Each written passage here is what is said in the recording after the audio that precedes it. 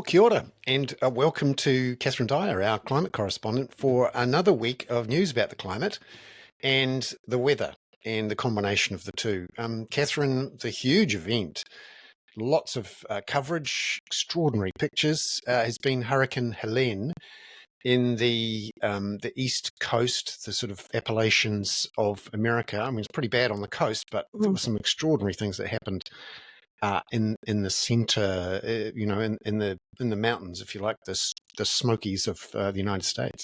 Yeah, where they're not sort of so prepared for dealing with hurricanes. It tends to usually be a coastal issue. What was quite interesting about that is that one of the key places affected was a town called Asheville, and a few years ago, Asheville was being sort of touted as a climate haven, sort of place people, climate migrants could go to escape the high temperatures and that sort of thing. So the fact that they've now suffered a really big climate related disaster in that area is kind of highlighting the point that really nowhere is safe, that there is no such thing as a climate haven other than the ones that we build for ourselves. Yeah, and you think that some of these messages, some of this thinking is starting to sink in the United States. Tell us about how the debate's shifting there a bit.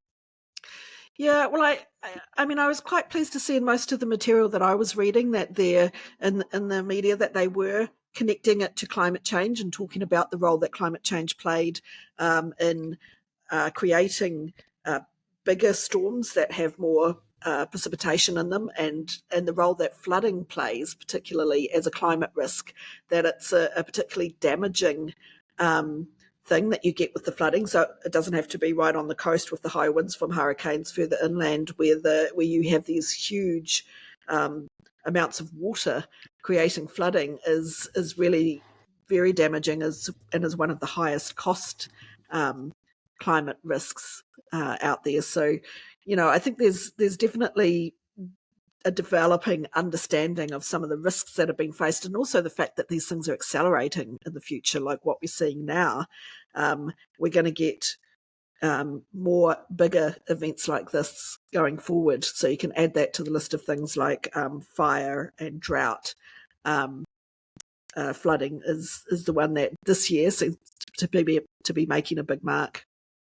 Yeah, and the role of insurance in hammering the message home in a pretty clear financial way seems to be filtering through as well, because an awful lot of the people in Helene were uninsured, and it's clear that the insurance retreat and the increase in costs is remorseless.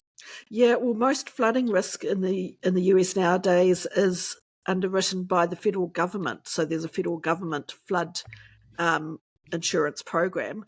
But in some of these, particularly in these inland areas, less than 5% of households have flood risk protection.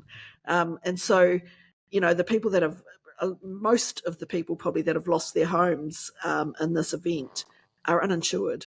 That's a huge disaster. That's people whose biggest single lifetime investment, which is usually most people's homes, have disappeared overnight, and they have no insurance cover for it.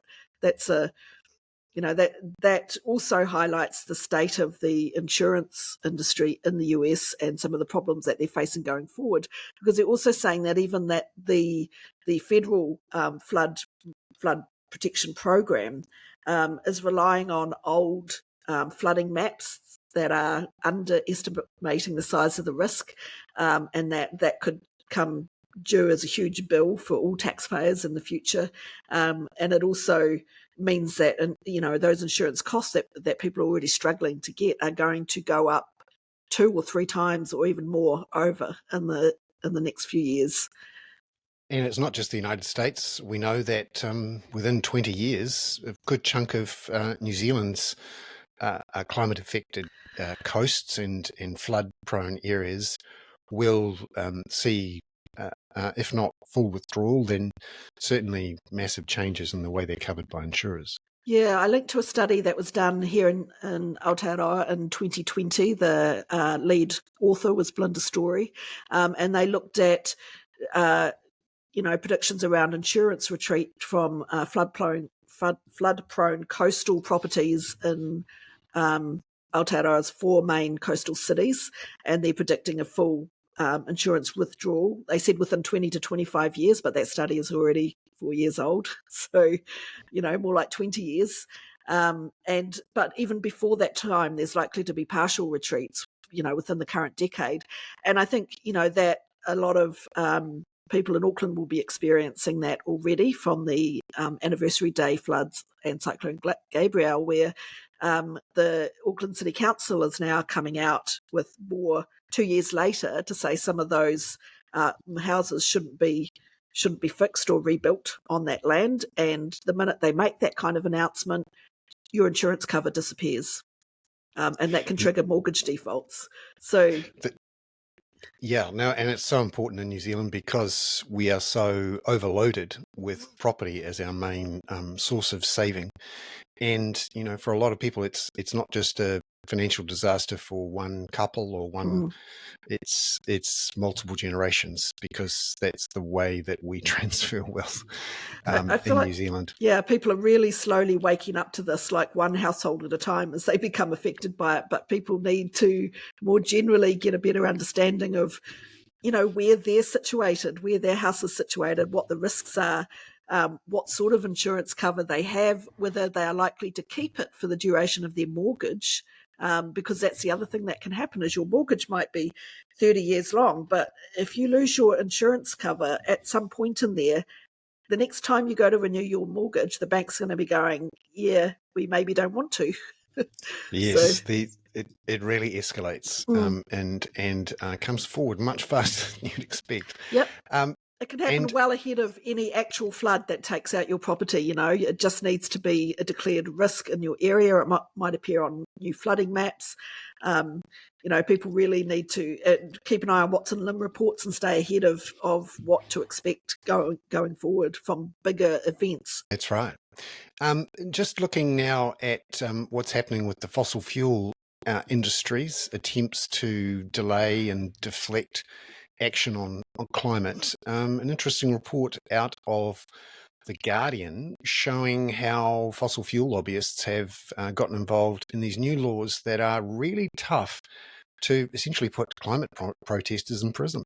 Yeah, so there's been a whole raft of these new harsher penalties for climate protesters in a bunch of countries. The list that they specifically mention, and well, not The Guardian, but in another report that we mentioned in the weekly wrap, New Zealand is also mentioned in this, where the Guardian report was specifically looking at a situation in the US where they found evidence of the fossil fuel industry helping to create or write the legislation that then comes to pass in order to come down very heavily on climate protesters. So they're making sure that they have a smooth runway to build or expand fossil fuel projects. So they want the protesters out the way, or they want harsher penalties put on them. So, the fact that there's evidence that they've been highly involved in collaborating with lawmakers to make that happen is a very troubling sign.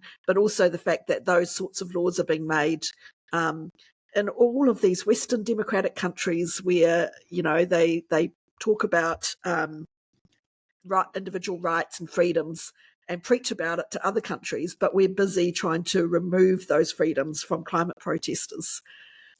That's right, and we're not immune from all of this in New Zealand. We've got a bill that's going through Parliament at the moment to reverse the ban on issuing new exploration licenses offshore for oil and gas. The Crown Minerals Bill is going to do that. There's been some submissions on it, one of which was from the Parliamentary Commissioner for the Environment. Tell us about how people are viewing this Crown Minerals Bill. Well, first of all, there's a lot of pushing back against the fact that there was only 4 days allowed for the public to submit on this bill.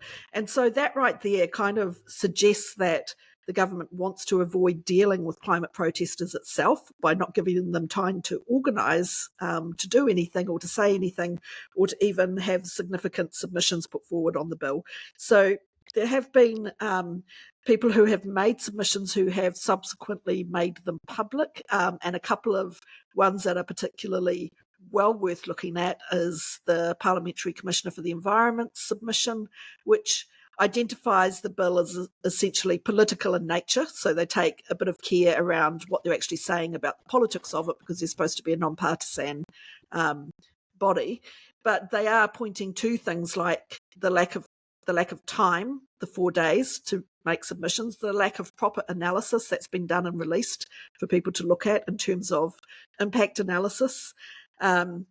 They're pointing out that it does, in fact, the shift in the wording from managing to promoting mining type activities is actually essentially promoting more environmental damage rather than trying to balance, which is the normal implications of the word manage, is to balance the environmental harms and the profit that can be made. In this case, it's just shifted to we're going to promote it. So those were some of the main things they were talking about, and also the risk to the country's international reputation and relationships, and the fact that it has implications for some of our recent free trade agreements. Another submission that's worth having a look at, Christina Hood released hers publicly on LinkedIn. Very well written, very careful, pointing out basically that things like the fact that opening up for exploration does nothing to address short-term risks. That's a very long-term thing. We would expect if they do manage to find some additional gas, which is not guaranteed, it would take at least 10 years before we'd start to see any of it actually being usable. And in fact, the short-term problems that we've had with lack of gas wasn't for a lack of exploration. There was over $1 billion spent in the last couple of years drilling in areas that had already been approved, and they just didn't come up with very much gas. So there's now a question mark about whether there's actually any out there that's worth pursuing. So the bill may not even deliver as much as the government thinks it's going to. But her point also was about things like, that it is possible to come up with a plan on renewables that would cover us quite well over the longer timeframes that we're talking about. We don't necessarily need that additional gas. And also, if we are short of gas, then you have to look at the situation of Methanex, where they are being given a free pass on the ETS carbon. They're being given a lot of free allocations of certificates for carbon certificates under the ETS, and the questioning whether we should be subsidising as a community that activity if we actually need the gas in the short term elsewhere. So Methanex at the moment stopped operations and have been selling gas, but at a profit to the electricity generators. So there's some really good stuff in these submissions. That's very sensible stuff, very evidence-based stuff. Some of those words are things that are missing from the government's analysis of the situation and of their plan. Cathrine Dyer, our climate correspondent there, with the weekly climate wrap, which comes with this video. Thank you very much, Cathrine, and we look forward to a further chat on the Hoon shortly. Ka kite ana.